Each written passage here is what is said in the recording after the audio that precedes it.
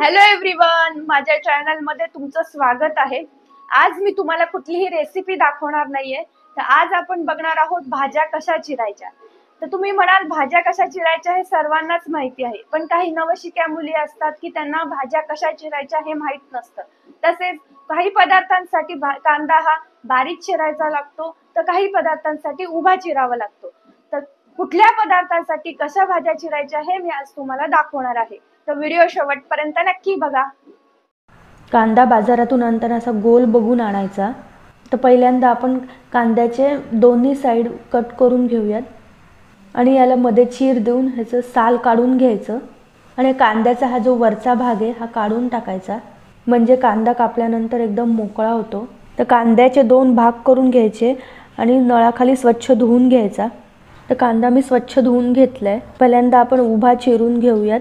बारीक कांदा चिरायचा आहे म्हणून आपल्याला एकदम पातळ पातळ स्लाइस करून घ्यायचे आहेत आणि यानंतर पुन्हा त्याला आडवं करून बारीक चिरून घ्यायचा। फक्त एवढं लक्षात ठेवायचं, कांदा चिरताना सुरीला धार असायला हवी किंवा मग अशी झिगझॅगची सुरी वापरायची, म्हणजे कांदा टोमॅटो बारीक चिरले जातात। अशा प्रकारचा बारीक चिरलेला कांदा तुम्ही पोह्यासाठी किंवा भाजीसाठी वापरू शकता।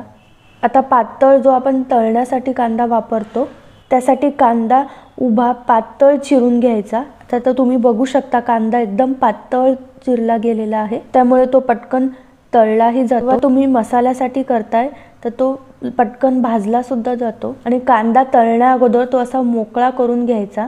फक्त लक्षात घ्या की हा जो मुळाचा भाग आहे तो पहिल्यांदा काढून टाकायचा, नाही तर कांदा व्यवस्थित चिरला जात नाही। आता आपण बघूया कांद्याच्या पाकळ्या कशा करायच्या, म्हणजेच कांद्याचे हॉटेलमध्ये जे क्यूब्स असतात ते कसे करायचे ते आपण बघूयात। मगासारखाच कांदा स्वच्छ धुवून घेतलेला आहे। 3 भागांपर्यंत सुरीने असं याला चिरून घ्यायचं, साधारण 1-1 इंच अंतरावर, किंवा तुम्हाला जसे क्यूब्स लहान मोठे पाहिजेत त्याप्रमाणे असं याला चिरून घ्यायचं। बघा असे क्यूब्स कापून घेतले की त्या पाकळ्या अलगद वेगळ्या होतात। ज्या कांद्याच्या पाकळ्या आहेत त्या हॉटेलमध्ये भाजीमध्ये किंवा कढई पनीरसाठी वापरल्या जातात। जेव्हा कोबी आपल्याला चौकोनी चिरायचा आहे तेव्हा त्याची पानं अशी काढून घ्यायची। पानं तोडल्यानंतर पानं स्वच्छ धुवून घ्यायची आहेत। शक्यतो कोबी मिठाच्या पाण्यानेच धुवायचा। तर आता आपल्याला कोबी चौकोनी चिरायचा आहे म्हणून हा मधला जो जाड भाग तो आपल्याला काढून टाकायचा आहे, कारण तो कोशिंबिरीत चांगला लागत नाही। मधून त्याचे परत 2 भाग करायचे, याला एकावर एक ठेवायचं आणि मग चिरून घ्यायचं। पहिले उभा चिरायचा आणि मग सर्व एकत्र करून बारीक चिरून घ्यायचा। तर बघा हा चौकोनी बारीक कोबी चिरून झालेला आहे। कोशिंबीर करायची असेल तर तुम्ही असा कोबी चिरा। जर तुम्हाला कोबी लांब पातळ कापायचा आहे, अशीच पानं चिरून त्याचा देठाचा भाग काढून घ्यायचा, एकसारखं करून घ्यायचं आणि पातळ चिरून घ्यायचं। कोबी चिरायला वेळ लागतो म्हणून त्याचा असा एकत्र गड्डा करून चिरलं तर कधीही उत्तम। तर असाही एकदम पातळ कोबी चिरून झालेला आहे। तुम्हाला जर कोबी एकदम पटापट कापायचा असेल तर काय करायचं, कोबीचे 2 भाग करून घ्यायचे। कोबीचा हा देठाचा भाग काढायचा नाही। आता हा देठाचा भाग असाच्या असाच असतो, त्यामुळे कोबी बांधला जातो। त्यावेळी त्याला असं होल्ड करून ठेवायचं आणि एकदम बारीक चिरून घ्यायचं। सुरुवातीला पहिले असं आडवं चिरून घ्यायचा आणि मग असं तिरकस करून चिरून घ्यायचा। तिरकस पकडल्यामुळे कोबी एकदम पातळ चिरला जातो। अगदी साधीच सुरी आहे त्यामुळे सुद्धा कोबी आपण पातळ चिरू शकतो। आता आपण मिरची कशी चिरायची ते बघूयात। जर तुम्हाला वरणासाठी मिरची चिरायची असेल तर अशी मोठी चिरायची, कारण आपण वरण शक्यतो लहान मुलांना करतो। आणि जर तुम्हाला वडापाव सोबत तळण्यासाठी मिरची हवी असेल तर त्याचा देठ काढला जात नाही, फक्त मध्ये चीर द्यायची। आणि जर तुम्हाला मिरची एकदम बारीक चिरायची असेल तर ती शक्यतो अशी कात्रीने कापायची, म्हणजे पाहिजे तेवढी बारीक कापता येते। त्याचप्रमाणे तुम्हाला कोथिंबीर सुद्धा अशीच बारीक चिरायची असेल तर ती मध्ये तोडून घ्यायची आणि कात्रीने बारीक कापायची। बघा कोथिंबीर कशी बारीक कात्रीने कापली गेलेली आहे। लिंबू कापताना बरेच जण असं लिंबू कापतात।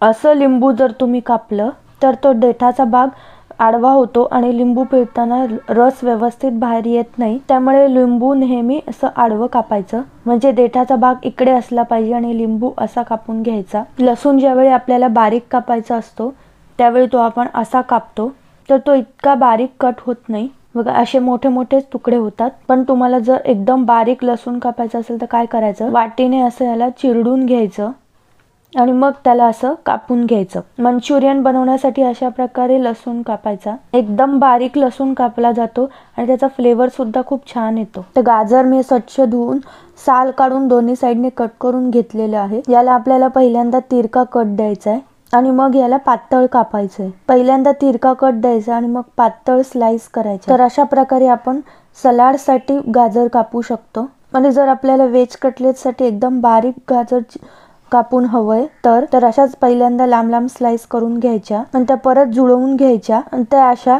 लांब लांब बारीक कापून घ्यायच्या. आणि त्यानंतर आपण कांदा जसा बारीक चिरतो तसंच त्याला बारीक चिरून घ्यायचं. तुम्हाला जेव्हा व्हेज कटलेटसाठी फरसबी चिरायचा असतो तो अशा पद्धतीने बारीक चिरायचा. अशा एकदम 10-12 तुम्ही फरसबी एकत्र घेऊन चिरू शकता. आता ज्यावेळी फरसबी आपल्याला भाजीसाठी चिरायचा आहे तिरकस पण थोडा छोटा चिरायचा, म्हणजे तो पटकन शिजतो आणि चवीलाही छान लागतो. आता आपण शिमला मिरची कशी चिरायची ते बघूयात. तर बऱ्याच वेळा काय होतं की बीचा हा भाग पटकन निघत नाही. तर काय करायचं, पहिल्यांदा हा देठाचा भाग काढून टाकायचा. त्यानंतर बिया ह्या अशा आतमध्येच राहतात. बियांना जो भाग जोडला जातो त्या शिरा आपल्याला कापून घ्यायच्या आहेत. त्यामुळे बियांचा जो भाग आहे तो अलगद वेगळा होतो. याला थोडंसं झटकलं की आतल्या बिया सर्व निघून जातात. आता आपल्याला पहिल्यांदा असं अर्ध कापून घ्यायचं आणि शिरांचा भाग काढून टाकायचा. जर शिमला मिरची तुम्हाला चायनीजसाठी हवी आहे तर अशी उभी चिरावी लागते. त्यामुळे अशीच घेऊन तिला पातळ काप द्यायची. खूप पातळ कापू नये शिमला मिरची चायनीजसाठी, थोडीशी अशी जाडसर ठेवायची. अशा प्रकारे कोणत्या पदार्थासाठी कशा भाज्या चिरायच्या हे आज आपण बघितलं. आजचा व्हिडिओ तुम्हाला कसा वाटला मला नक्की कमेंट करून सांगा. आणि माझ्या चॅनलला जर सबस्क्राईब केलं नसेल तर प्लीज सबस्क्राईब करा आणि व्हिडिओला लाईक आणि शेअर करा. बाय.